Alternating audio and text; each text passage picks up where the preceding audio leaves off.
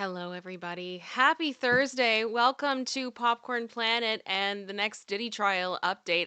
It's Kim. Thank you guys so much for being here. You guys have me today. Andy has a prior engagement today. He may be able to join us. He may not. We will see what happens.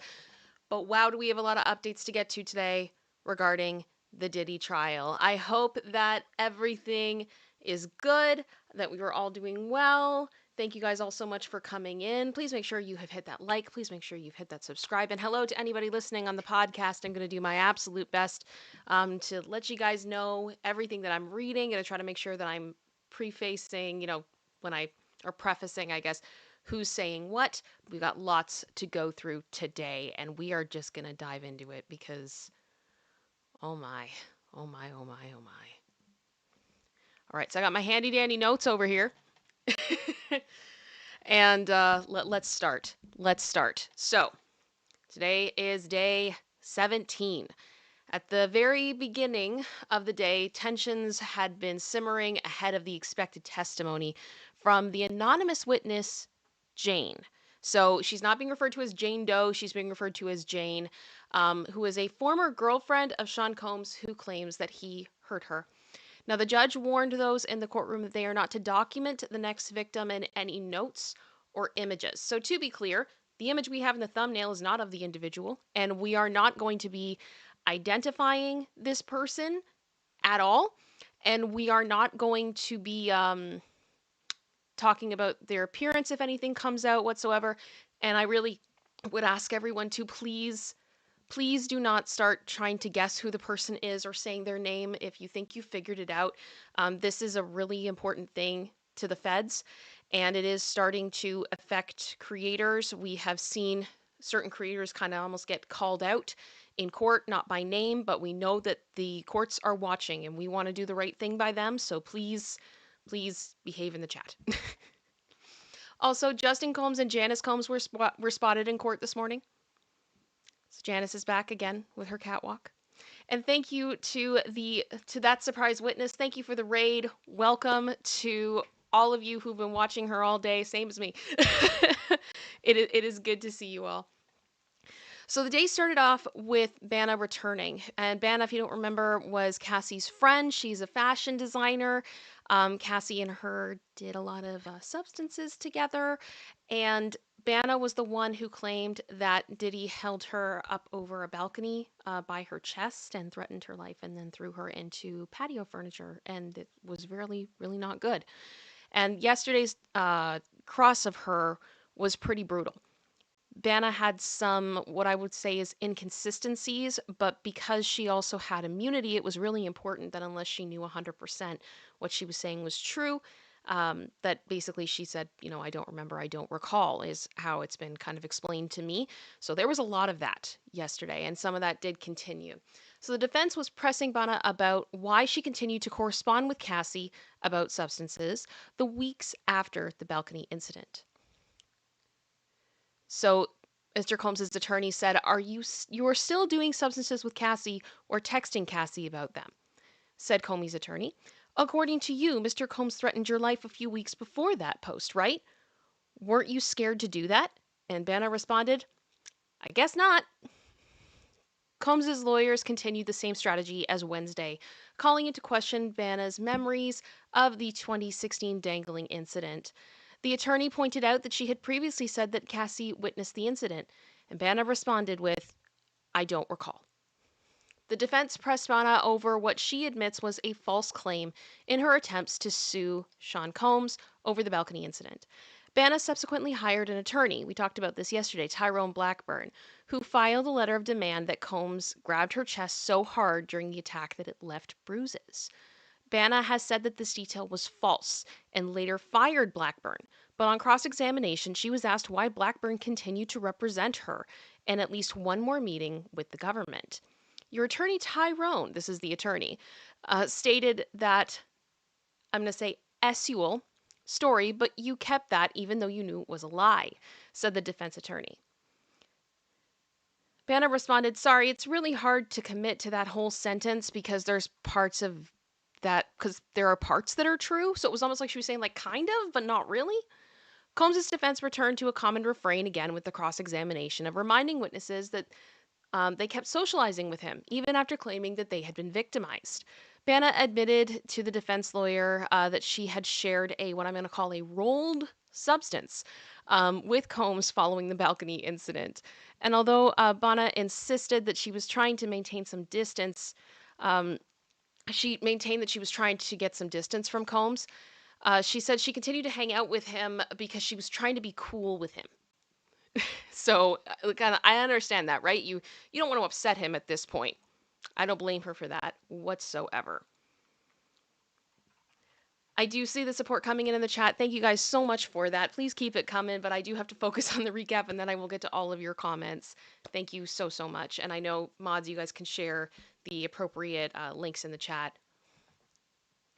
Thank you so much. Bana confirmed that she returned to Cassie Ventura's apartment within 2 weeks of Combs allegedly the balcony incident, and Cassie invited Bana back to her place for an overnight stay of drinking, smoking, and cooking. A text message chain showed in court. But Bana admitted that she said yes and returned to the scene of where everything happened. The defense insisted that Combs was in New York on the day that Bana claimed she was dangled over the balcony in LA. Combs's attorney showed a hotel receipt that appeared to show that her client was at the Trump International Hotel and Tower in Manhattan between the dates of September 24th and September 29th in 2016. Bana had claimed that she suffered injuries when she was dangled over the balcony, and that was on or around September 26th. In a dramatic showdown, the attorney said, "You came in here and lied to the jury. Isn't that true?" And Bana replied, "I can't agree with you." Combs' lawyer also accused Bana of suing Combs because it was her opportunity to become a millionaire. But Bana held firm on the stand, saying that she was telling the truth and she cared about justice. When further questioned, she said she had no doubt that Combs dangled her over that balcony, and she testified to seek justice. She said that although she doesn't remember every single detail, there are moments she will never forget. "I will never forget him holding me on that balcony," she said, telling the court that she was terrified. She said she couldn't remember the exact date of the attack, but based the date that she claimed on the data of a photo that was taken of her injuries. Then we went to break, and the judge got mad. Everybody, the judge got mad. I think this is an important point. So, the judge warned the defense that Diddy could be excluded from the courtroom if he continues to attempt to interact with the jury. The judge said that he saw Combs on 2 different occasions during Bana's testimony looking at the jury and nodding vigorously. The judge said he'd already warned the defense that Combs can't be making any facial expressions or attempts to have any interaction with the jury or influence them. "I could not have been any clearer in the terms of what I said," the judge said.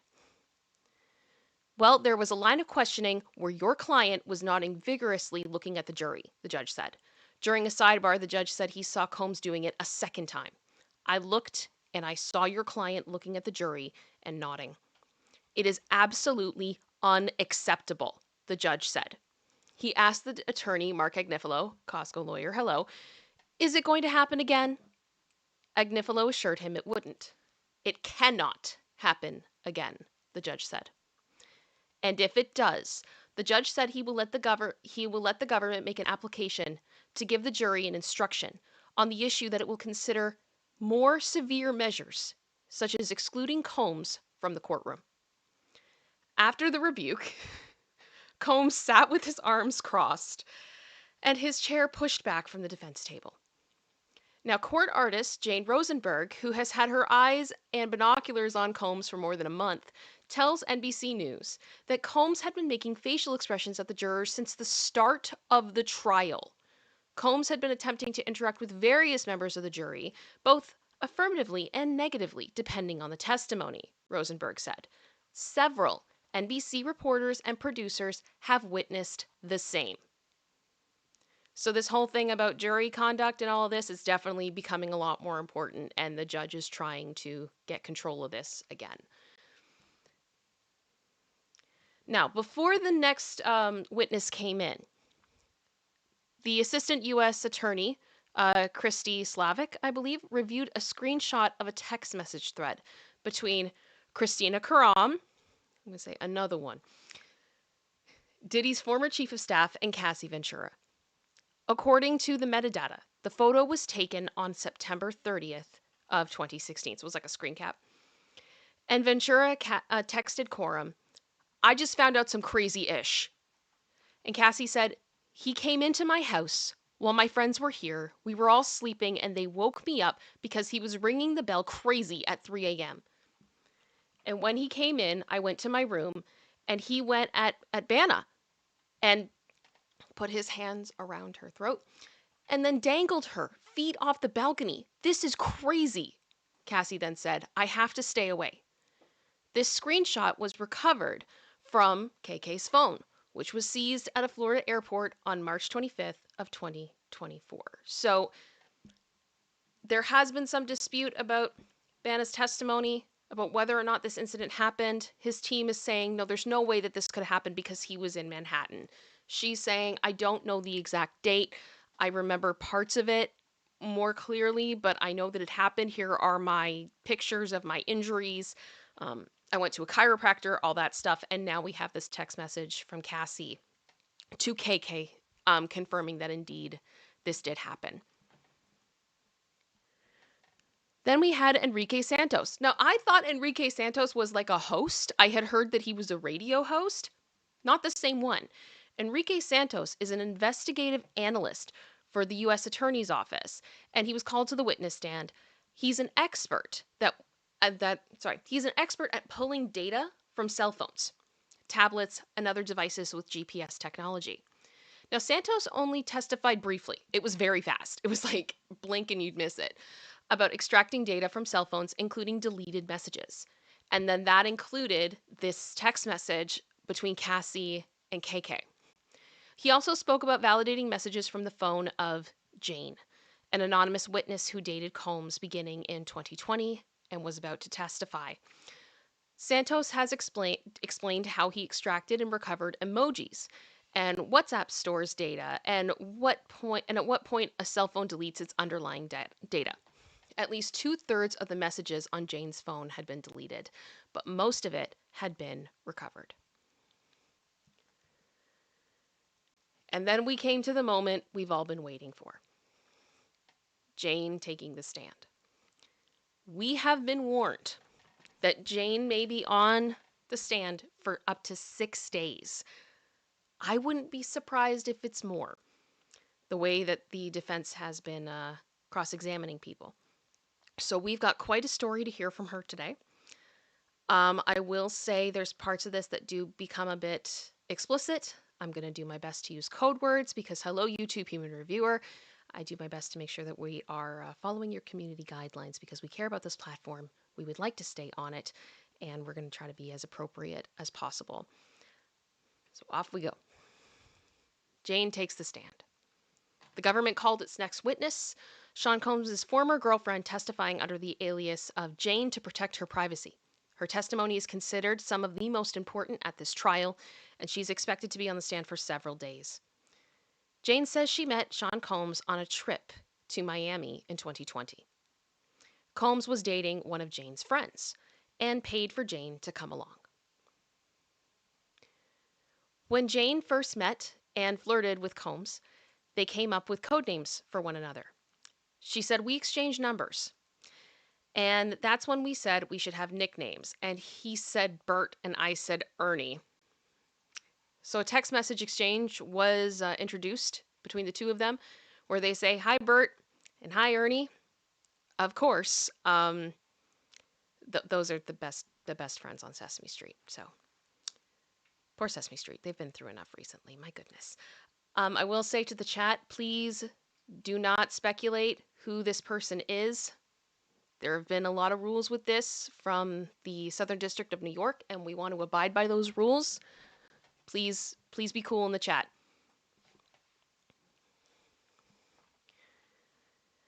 Now, Jane testified that Combs gave a pink powdery substance to a group of girls during their trip to Miami. One of the girls requested the substances, and someone brought the substances. She testified, I'm having to censor.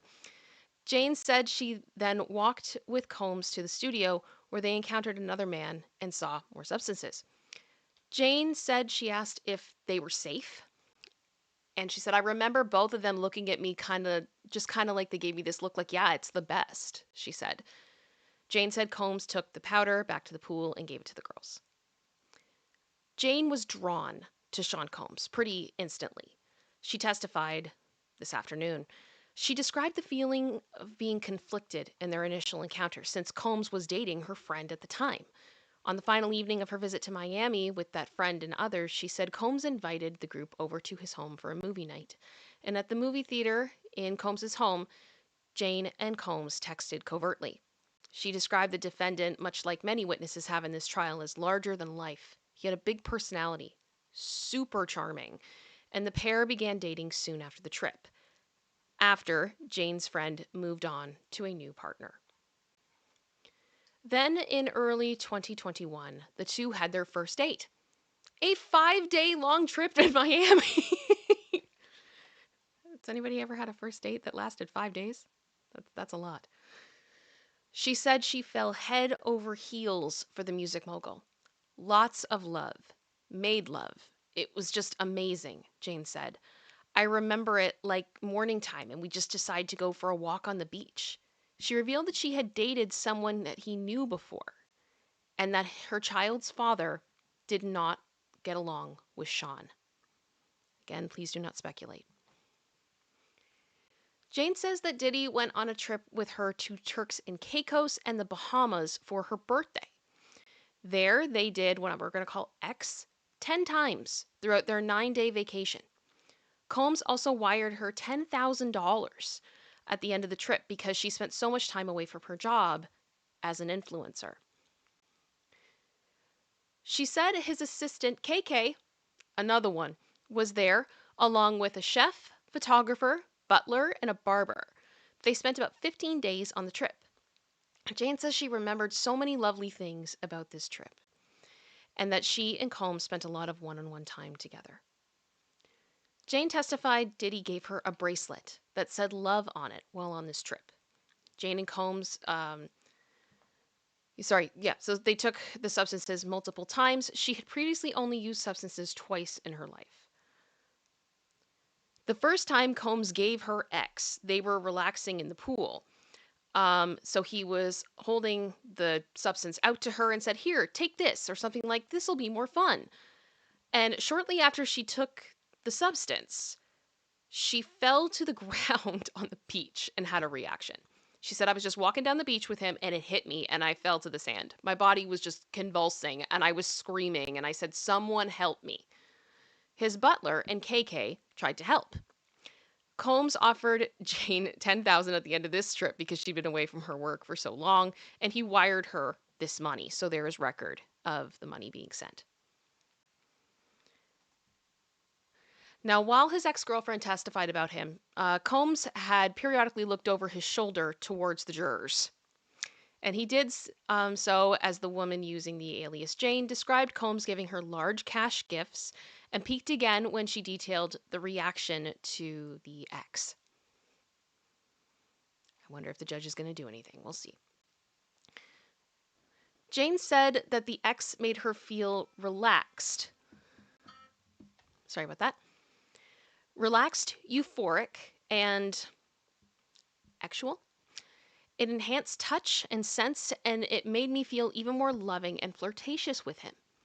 Jane testified that she took X several more times, and Diddy provided the substances and determined her dosage every time. After returning from the trip, Jane said that she was even deeper in her feelings for Sean. I want to say we started even using the L word, she said. I was really deep into it. Jane said that Combs made it clear to her that he liked her, but he was seeing multiple women. I liked him, so I was okay with that, she said. Jane said she understood that it was an open relationship and didn't get the sense that monogamy was even an option. In my heart, I just wanted to see Sean, so I was monogamous, she said. She said her relationship with Combs lasted until his arrest. Now, Jane continued to testify, and she said she may have only posted on social media about Combs one time. Jane lived on the East Coast when they first met, but relocated to California in June of 2021. Combs gave her money, including $6,000 for a moving truck, and periodically transferred her money just because throughout their relationship, she said. From February to May of 2021, that she'd see Combs every other week when he'd fly her to see him in Miami, she testified. Now, she said between February and May of 2021, she did substances every time she saw Diddy, and he offered them when they had adult relations. They took X, what I'm going to say is Molly, white powder, and K. In that time frame, Jane said she learned a lot about how Combs preferred to, do these things. I learned how he liked to have certain movies playing. I learned how he preferred me to dress. I just learned the things that he really liked in that manner. Jane said that he preferred her to wear provocative lingerie and really high stripper shoes, and to put baby oil on her body and then his. She said they would have interactions in his bedroom at home, lit with red lights, and they would do this for 12 to 24 hours. She testified that she loved these sessions during this period. She said, I really loved my partner. I was just making love with my partner the whole time, and lots of attention and kissing and lovemaking. She said her relationship with Combs was very intense. It felt like Sean was really passionate, and he brought out a lot of passion in me too, Jane said.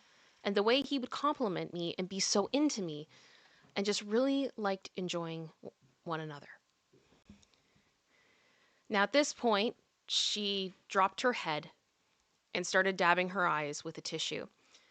Maureen Comey asked about what happened between her and Diddy in May of 2021.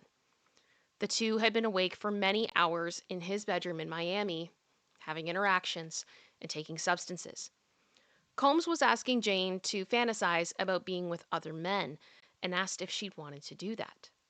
She responded, okay, not thinking that it would happen that night, just playing into the fantasy.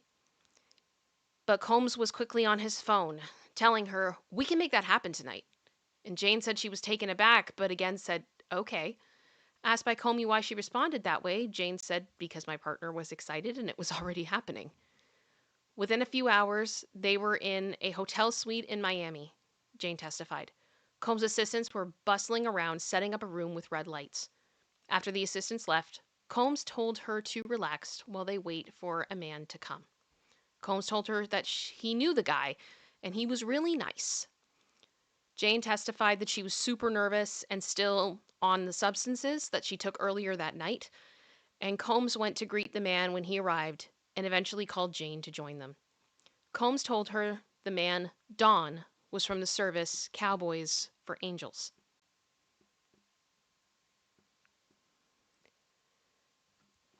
Jane described in court how she eventually had relations with Don while Combs watched.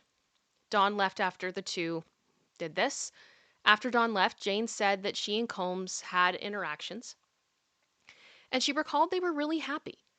The next day, she went with Combs and his friends on a yacht. Now, she testified that initially she felt exhilarated by that night. She said, I felt excited. I was happy. It was taboo. It was fun. I had a good time with my partner, she said. She testified that she thought it was something that they would just do one time. Maybe do it again on another random occasion.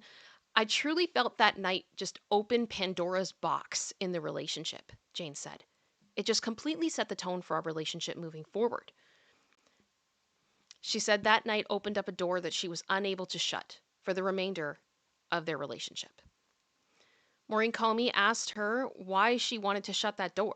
She said there's so much of it after. It was just too much of it, Jane said. She said that throughout her relationship with Diddy, she only wanted to have relations with him and not with other men. Now, Jane testified that Diddy paid the rent for her home.